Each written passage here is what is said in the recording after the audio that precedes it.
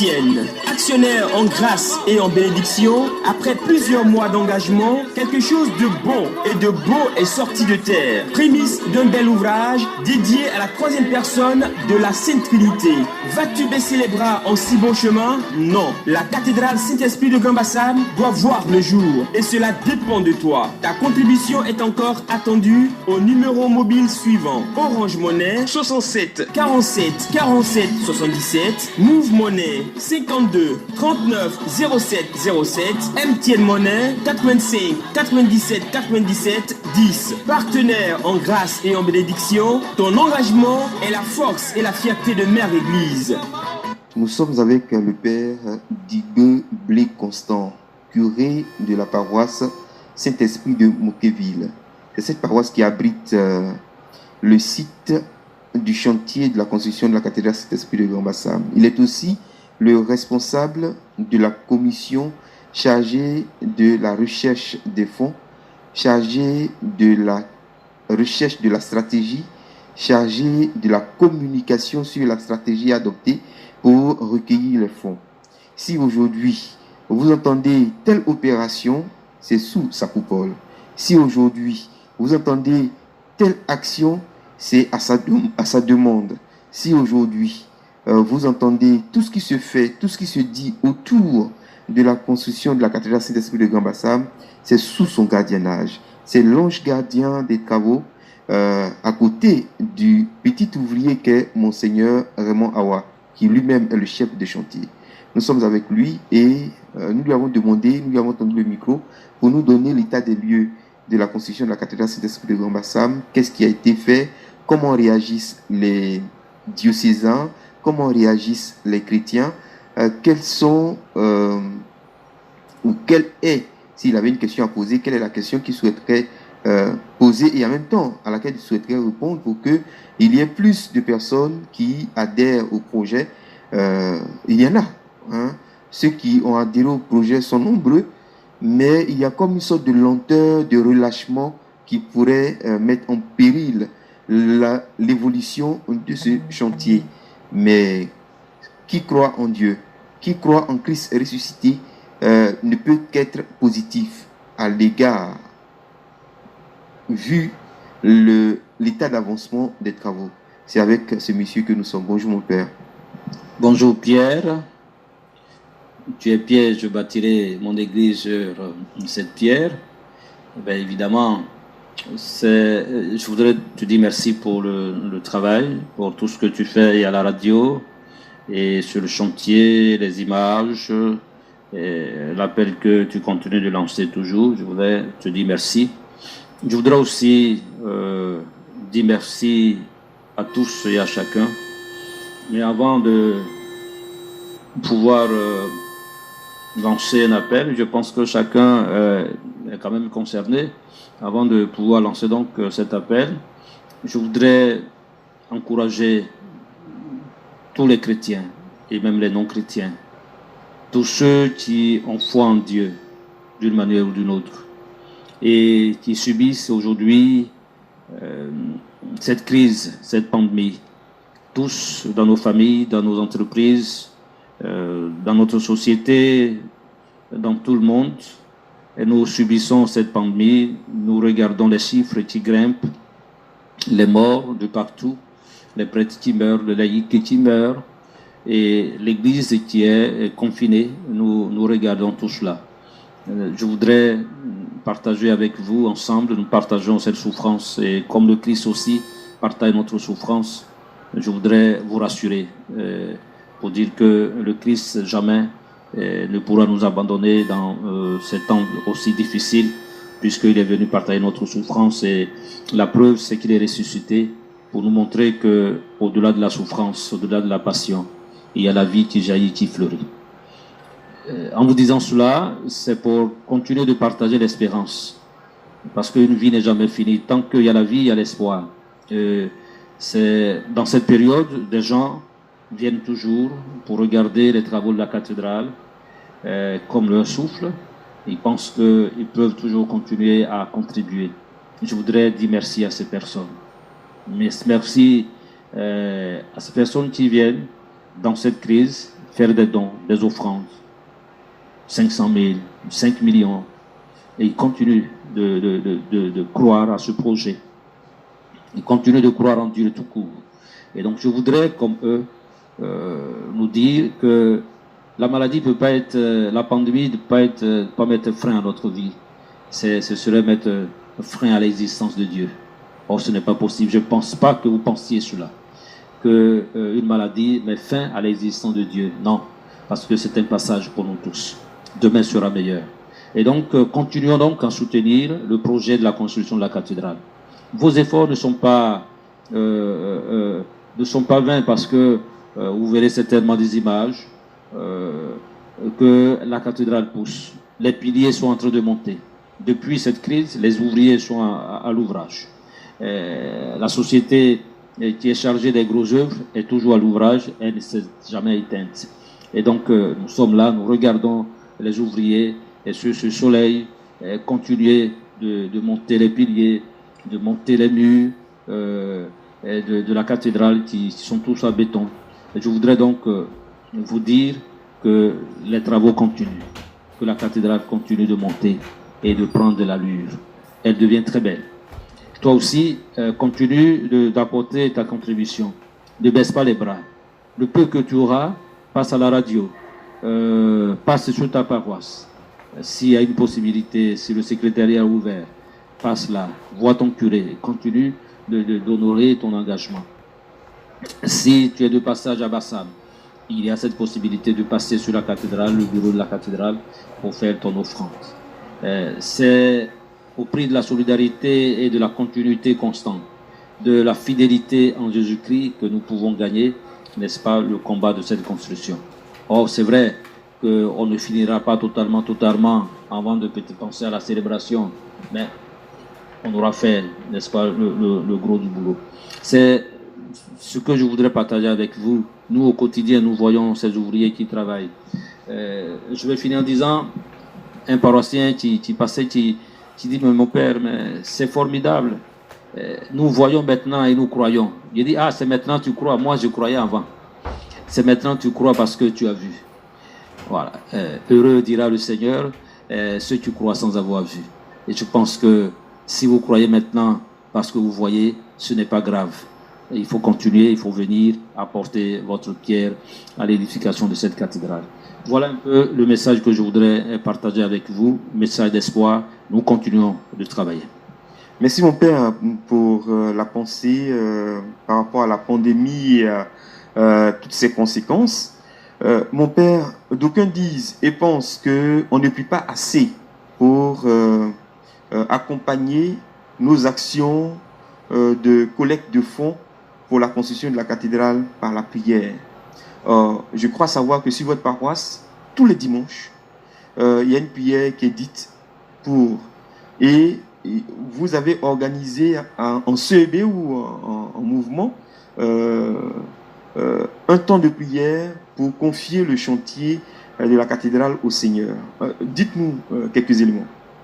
Oui, c'est des choses qui se faisaient, qui avaient pris de l'allure, parce que bon-même, on avait même associé les paroisses du secteur du plateau, plus précisément, les groupes et associations qui se relayaient par semaine, ce qu'on appelle le bâton de Moïse. Nous tenons le bâton à main par la prière, et donc les CEB, les mouvements, groupes, associations qui se relayaient pendant chaque semaine. Chaque groupe avait une semaine pour prier par le chapelet, par bien d'autres moyens, et continuer de porter la cathédrale.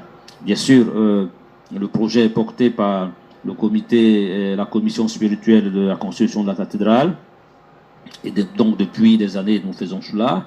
Il y a aussi une prière qui est portée par la paroisse Sacré-Cœur que nous aussi nous avons reprise. Ça fait depuis 2 ans à peu près que nous faisons cette prière. Ce n'est pas chaque dimanche, c'est chaque jour. Au cours de la messe, après la messe, que nous faisons cette prière. Nous avons donc invité et incité les familles à continuer de prier parce que, comme tu l'as dit, la prière doit être le socle, doit être la boussole pour propulser nos actions, notre désir de donner, notre désir de contribuer à la cathédrale. La prière doit nous aider à cela. Alors, en ce temps de crise où nous devenons plus ou moins affades, peut-être nous sommeillons, nous voulons rappeler que même au cours des mètres privés, nos confrères doivent passer à la cathédrale. On est peut-être omnubilé par cette crise, par le fait de prier pour qu'elle puisse s'arrêter. On va peut-être aussi arrêter de prier pour la cathédrale. Je dis non, il faut continuer de prier pour la cathédrale au cours de nos célébrations eucharistiques, au cours de nos offrandes eucharistiques. Il faut prier pour la cathédrale, pour la construction de la cathédrale. Et nous constatons ici que les ouvriers, chaque semaine, demandent une messe pour la construction de la cathédrale, pour leur vie, etc., etc. En famille, vous priez en famille, il ne faut pas oublier de porter la cathédrale en prière, de confier toujours la cathédrale, n'est-ce pas, en prière. Donc, ça ne doit pas s'arrêter. Parce que l'impression que nous avons, c'est de voir que avec la crise, avec la pandémie, on ne prie plus assez pour la cathédrale, il faut prier. Et on prie pour les hommes, on prie pour notre santé, et on prie pour la cathédrale. Donc, c'est ce que je voudrais souligner. Ce n'est pas seulement la paroisse Saint-Esprit de Moqueville, mais que tous, nous puissions continuer à avoir cette conscience spirituelle, cette conscience en Dieu, pour que Dieu lui-même porte son œuvre à la finition. Quel est votre secret? Parce que dans les sondages, dans les statistiques, vous faites partie de l'une des rares paroisses à caracoler et à atteindre les objectifs fixés aux paroisses quand une opération est lancée. Actionnaire en grâce et en bénédiction, vous faites partie des paroisses en tête. Je prends un Villiers, vous êtes partie des paroisses en tête, tant au niveau individuel que paroissial. On a lancé tout dernièrement le projet de l'achat des coffrages pour l'éclairage, des câbles pour la sonorisation, pour l'électrification et pour la climatisation et ventilation, le groupe électrogène.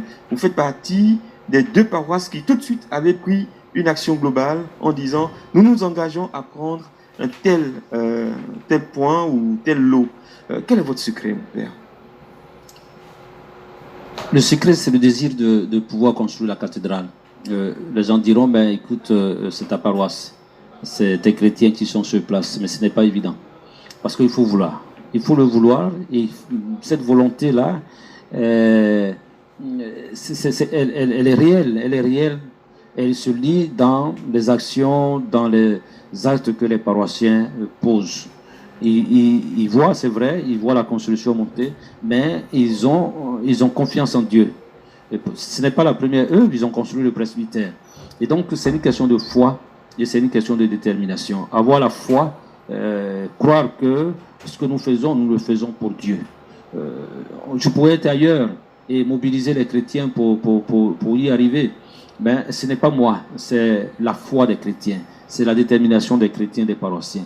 Évidemment, on dit généralement, quand tu ne peux pas marcher vite, il faut commencer quand tu ne peux pas arriver par la marche très vite, il faut commencer tôt, il faut te lever tôt pour marcher tout doucement pour arriver. Donc moi je monte les opérations, j'ai monté une opération 100 francs, mine de rien, ça n'a l'air de rien. Mais 100 francs, cela m'a permis d'avoir une petite cagnotte et que quand on lance une opération globale, tout de suite, avec le point que je fais avec mes fidèles, tout le monde adhère et puis on complète. Donc c'est cette opération 100 francs qui me permet de pouvoir aller chaque matin à chaque Eucharistie.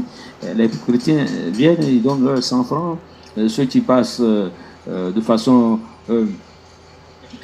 inopportune, ils peuvent donner plus de 100 francs. Mais je pense que c'est une organisation et il faut encourager les chrétiens à pouvoir faire cela. C'est eux qui donnent.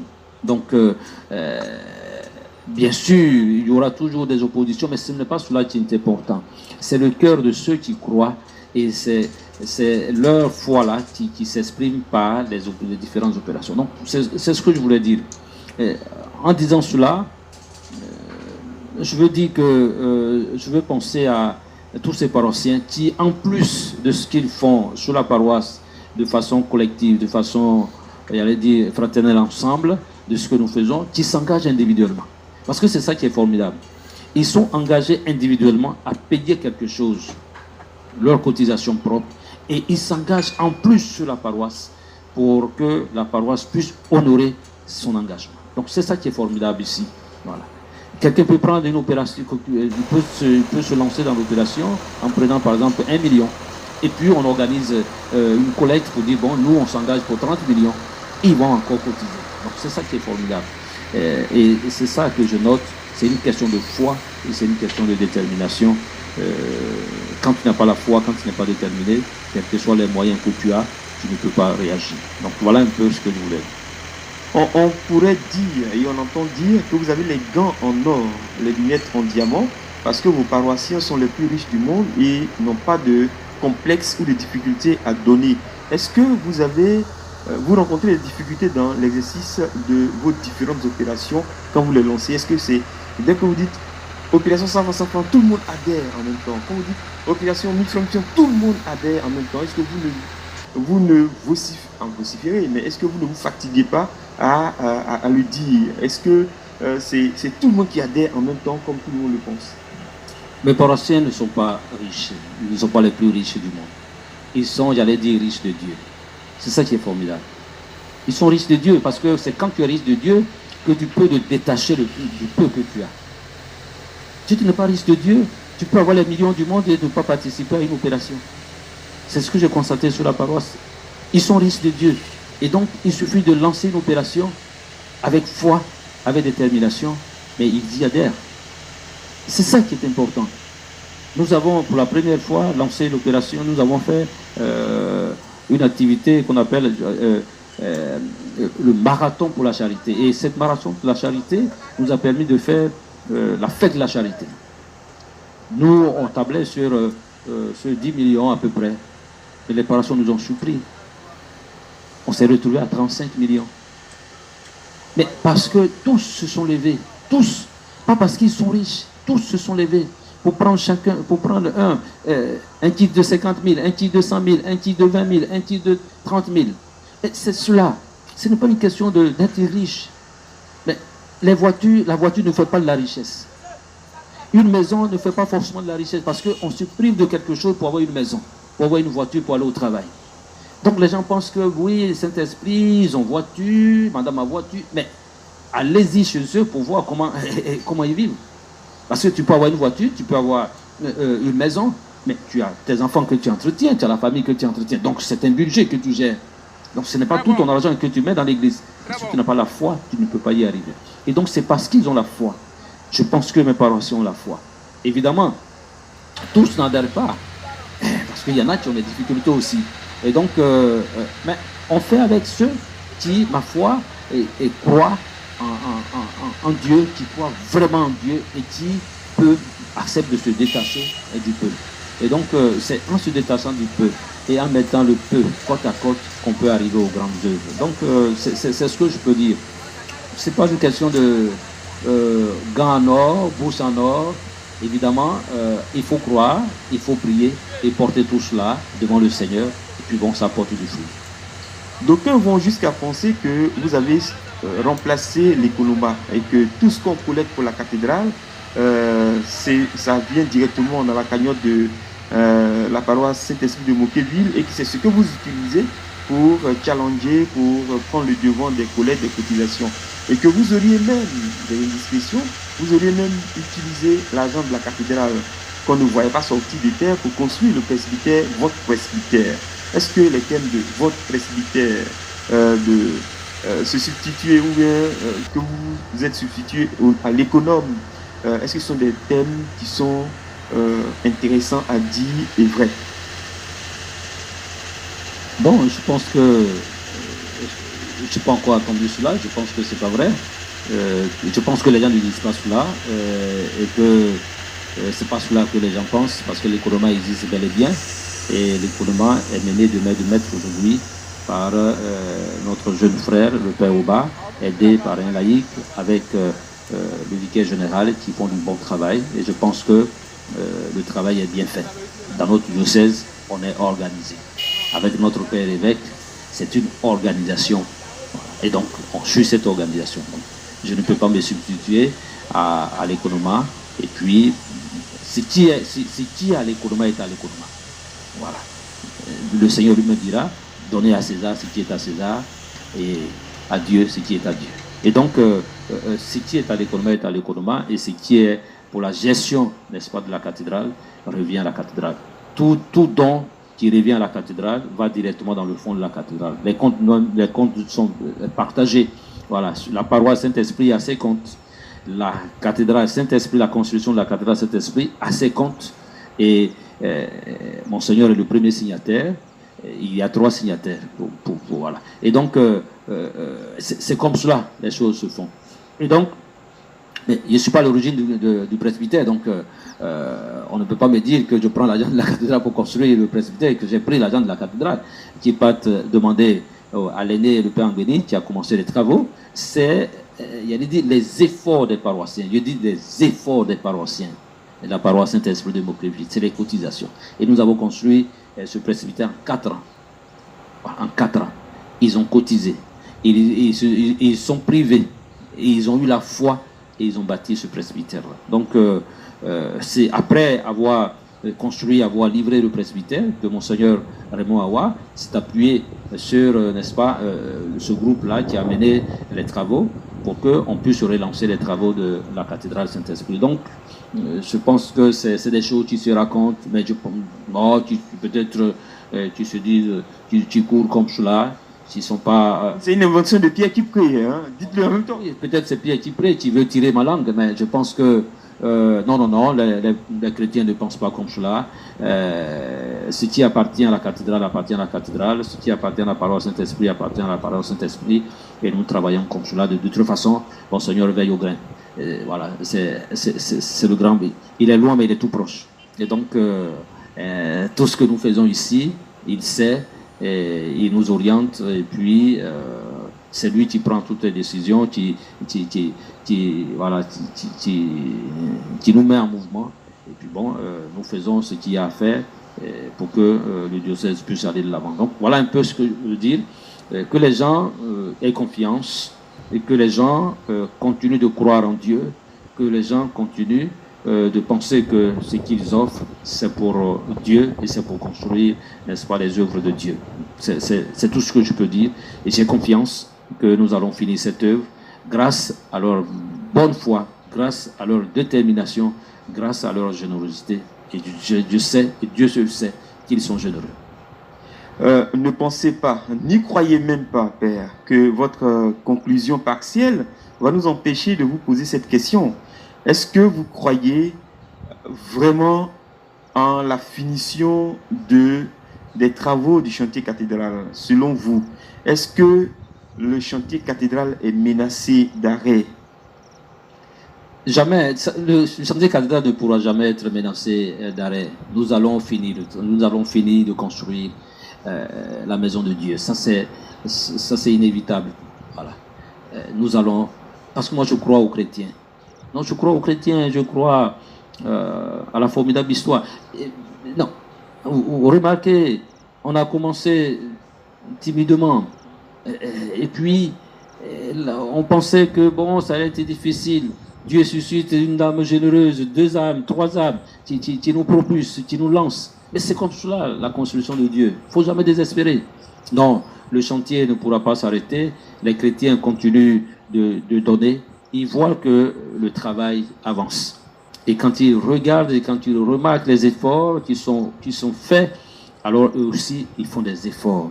J'ai toujours dit à mes paroissiens que lorsque tu construis une maison, tant que tu ne l'as pas habitée, dis-toi que tu n'as pas fini de faire des efforts. Donc, tous les diocésains doivent comprendre cela. C'est un projet diocésain. Nous allons peut-être arriver à la charpente, à la toiture, nous allons mettre la toiture, nous allons peut-être célébrer dedans. Mais on sera à l'intérieur et nous allons continuer les travaux. Ça, c'est comme cela. Voilà. C'est pas qu'on a de l'argent comme cela pour qu'on puisse finir en 1 année, en 2 ans. Mais on sera à l'intérieur de la cathédrale et on pourra achever. Et cette cathédrale sera achevée. C'est à l'instant, le Père Digoblé Constant. Croyez-moi, il m'a fallu du temps pour l'avoir parce qu'il est super pris, mais surtout parce qu'il garde le silence. Silence à cause du poids des charges qui sont sur ses frêles épaules. Silence, parce que quand il a parlé, on pense tout de suite que c'est l'évêque qui lui a mis les mots dans la bouche. Silence, parce que quand il parle, on a tout de suite l'impression que c'est ce que l'évêque était en train de dire. Or, tout prêtre devrait pouvoir dire, parler, susciter, orienter, encourager, motiver les chrétiens, les paroissiens, les diocésains à donner pour la cathédrale, pour que ce chantier connaisse, on va dire, son achèvement, mais surtout atteigne son seuil critique au niveau de la construction. Merci à tous ceux-là qui priaient, qui se sont engagés, qui donnaient pour que le chantier avance. Merci à ceux-là qui, à partir de cette interview, vont comprendre, se laisser saisir, se laisser inviter par le Seigneur et qui vont commencer à donner. Merci à ceux-là qui sont encore en train de réfléchir sur la question. Que Dieu lui-même inscrive dans votre cœur une envie, un engouement pour que vous puissiez rejoindre le lot de tous ceux-là qui donnaient, qui donnent, qui vont donner et qui continuent de donner pour que la construction de la cathédrale que vous voyez maintenant en image se poursuive et s'achève. Que Dieu nous bénisse. Merci mon Père. Chrétiens, chrétiennes, actionnaires en grâce et en bénédiction, après plusieurs mois d'engagement, quelque chose de bon et de beau est sorti de terre. Prémisse d'un bel ouvrage dédié à la troisième personne de la Sainte Trinité. Vas-tu baisser les bras en si bon chemin? Non. La cathédrale Saint-Esprit de Grand-Bassam doit voir le jour et cela dépend de toi. Ta contribution est encore attendue au numéro mobile suivant: Orange Monnaie 67 47 47 77, Move Monnaie 52 39 07 07, MTN Monnaie 85 97 97 10. Partenaire en grâce et en bénédiction, ton engagement est la force et la fierté de Mère Église.